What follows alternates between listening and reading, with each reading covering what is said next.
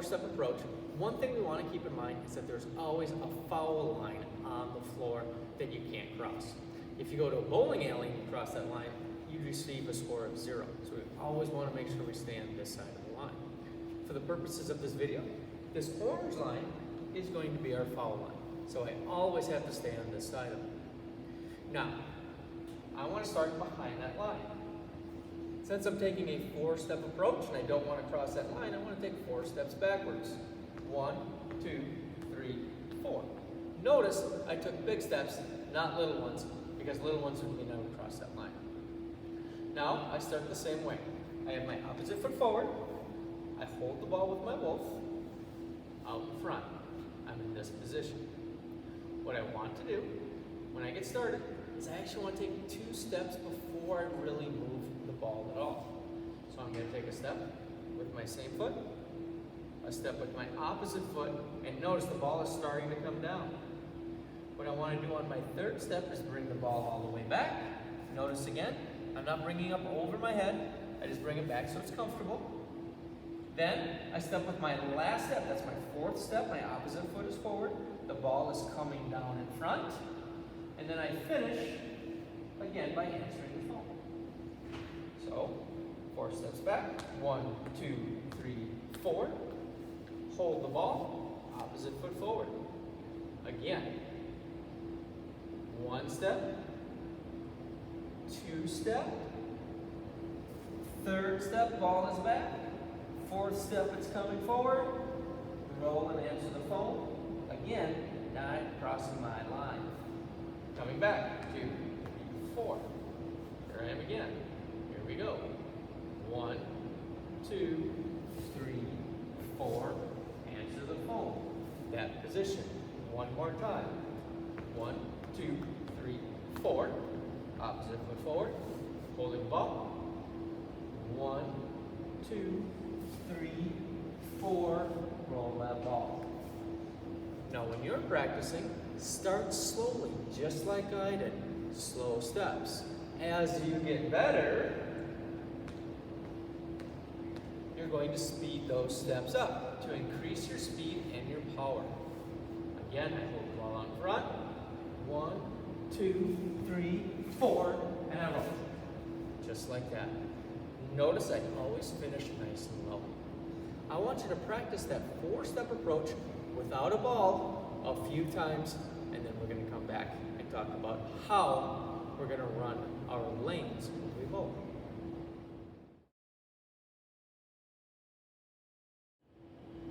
Now that we understand how to bowl using a 4-step approach, let's talk about the rules that we're going to have in class when it comes to bowling. First off, each group will be made up of 3 players. Each player will have a different job, and then we'll rotate through so everybody gets to do each job many times throughout the course of the class. First person is the bowler. The bowler, of course, is next to the bowling ball, opposite from where the pins are. The bowler should always stay behind the foul lane. The foul line here will be the black line right in front of me. So I always want to stay on this side. It doesn't matter if I back up a little ways, I just can't cross it moving towards the pins. Also notice that my ball is on a ring. Always put the ball on the ring when you're not using it so the ball doesn't roll around the gym and run into other groups. All that does is cause problems and gets other groups upset at mine. So good bowling etiquette is I don't disrupt the lanes or the other players that are near me. I just take care of my own business and my own bowling. Again, don't disrupt the other groups. When I'm ready to bowl, I'll pick up my ball. I'll of course put my fingers inside the ball using the wolf. I start behind the foul line and I back up 4 steps like we just practiced. 1, 2, 3, 4. When I'm ready to bowl, I line up my shot, always aiming at that head pin like we talked about. I'm going to take 4 steps. Opposite foot forward to start. 1, 2, 3, 4, and I roll the ball down the lane towards my pins. I don't run after my ball to go pick it up. I wait for someone else to bring the ball back to me. I stay behind the foul line. When I'm ready, if the ball is on the ring, I'll pick it up. If the person just hands me the ball, of course I'll just pick it up from them, and I'll roll my second ball. I will always get 2 rolls unless I knock all the pins down with my very first roll. That's called a strike, which we'll talk more about later. So again, 1 roll if I knock them all down with my first roll. Otherwise, it's always 2 rolls, no matter how many I knock down, as long as it's not 10. Let's talk about the second person on our team.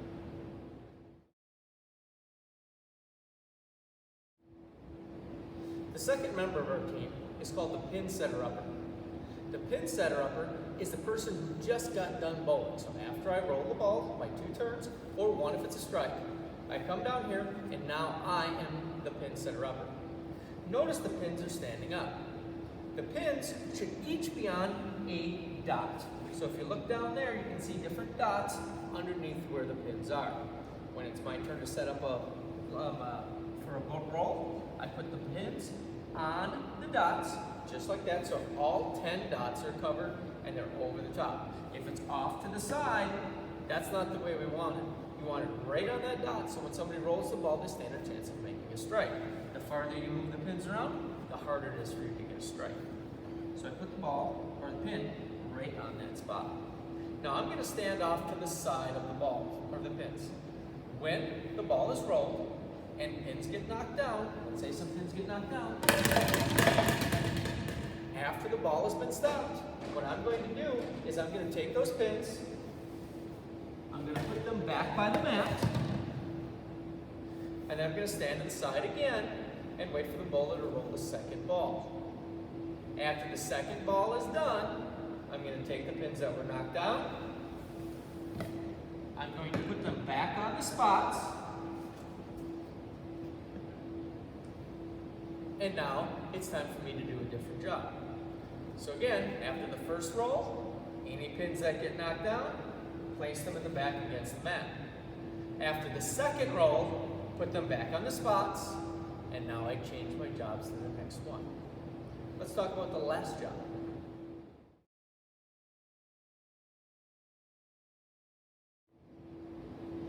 The last job is the ball returner. The ball returner's job is simply to return the ball back to the bowler. Now, I finished being a bowler, I finished being the pin setter-upper, I am now the ball returner, I'm standing off to the side again. The ball returner would stand on the other side, so we're not on the same side. Now, the bowler rolls the ball. If they knock pins down, don't touch the ball until after it's past the pins. Hopefully not until it touches the back mat. If it's off to the side, it's totally okay for you to run over, trap the ball using your foot so the ball doesn't hit another group's pins or another person. If it's close, again, let it hit the pins. If it's off to the side, stop it early. Once you stop the ball, pick it up, return the ball to the bowler after the first roll, and then come back down, stand on your side of the mat, and await the second roll. After the second roll, I get the ball, I pick it up, and I go down, and now I'm the bowler again. So it's a constant circle of switching between the bowler, the pin setter-upper, and, of course, the ball returner. Always in that order. If you end up in a group that has less than 3 people, you'll have a bowler and the pin setter-upper, and in this case, the bowler and the pin setter-upper would exchange the ball so that the pin setter-upper doesn't have to run down every time and move all the pins. So that time you have to work together.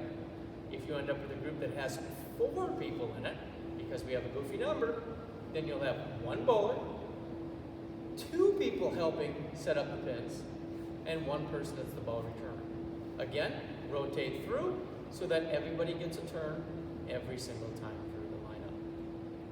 Let's finish today by talking about some other rules when it comes to how to properly bowl in physical education class.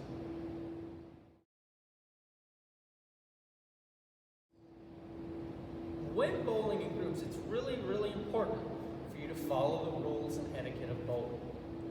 Now, the bowler always stays behind the foul line, rolls the ball, keeping their feet behind that foul line at all times. The bowler should also stay close to their lane. We don't move way off to one side or the other. That interrupts the other lanes. I have to stay in pretty much a straight line with where my pins are, with just a step or two on either side. Now, if I'm the bowler, the ball again, as I've stated earlier, needs to be on this ring so that it is not rolling around the gym and interrupting the other groups. Always put it on the ring unless you're bowling or the ball is rolling down the lane. Now, the people down on this side, the ball returner, or if I had another person, the pin setter upper, we are down on this end. When I'm down here, it's really important again that I follow some safety rules and some rules of etiquette so that I'm not messing around with other groups or I am not interrupting my bowler. So if I'm down here, I always want to make sure that I'm behind the pins, but not directly behind. If I'm directly behind the pins and the bowler rolls it really hard, the ball or the pins can hurt me. So I definitely don't want to be standing down here or kneeling down here or anything else. I want to be standing off to the side so that I'm as safe as I can possibly be. That is not a good position to be behind the pins. Just like it is not a good position to try to jump over the pins or the ball as the ball is coming down. If a pin goes in a goofy direction, or if the ball maybe rolls slower than I think and I mistime my jump, I could land on the ball or the pins and I could hurt myself. So I don't want to be doing that. I'm always off to the side, not jumping over, not stepping over, not making faces. I stand off to the side. This is where I need to be. When I'm over to the side, it's okay if I'm talking with the person next to me, but I shouldn't be yelling all over the gym. Just like I should not be messing with the mat. The mat stands up best if it has a zigzag to it. If I am pushing the mat flat against the wall, it's going to fall down. If my mat falls down, it's my job to pick it back up and zigzag it. I shouldn't be asking the teacher every 5 seconds to come over and reset my mat. Now, those are the basic rules of etiquette that we need to follow. Oh, one more thing.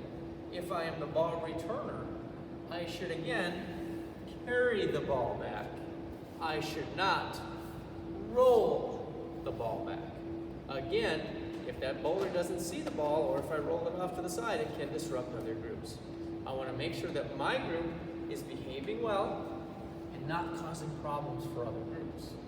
Then those groups will get mad at me and I don't want that. So let's all be respectful towards each other and follow those rules.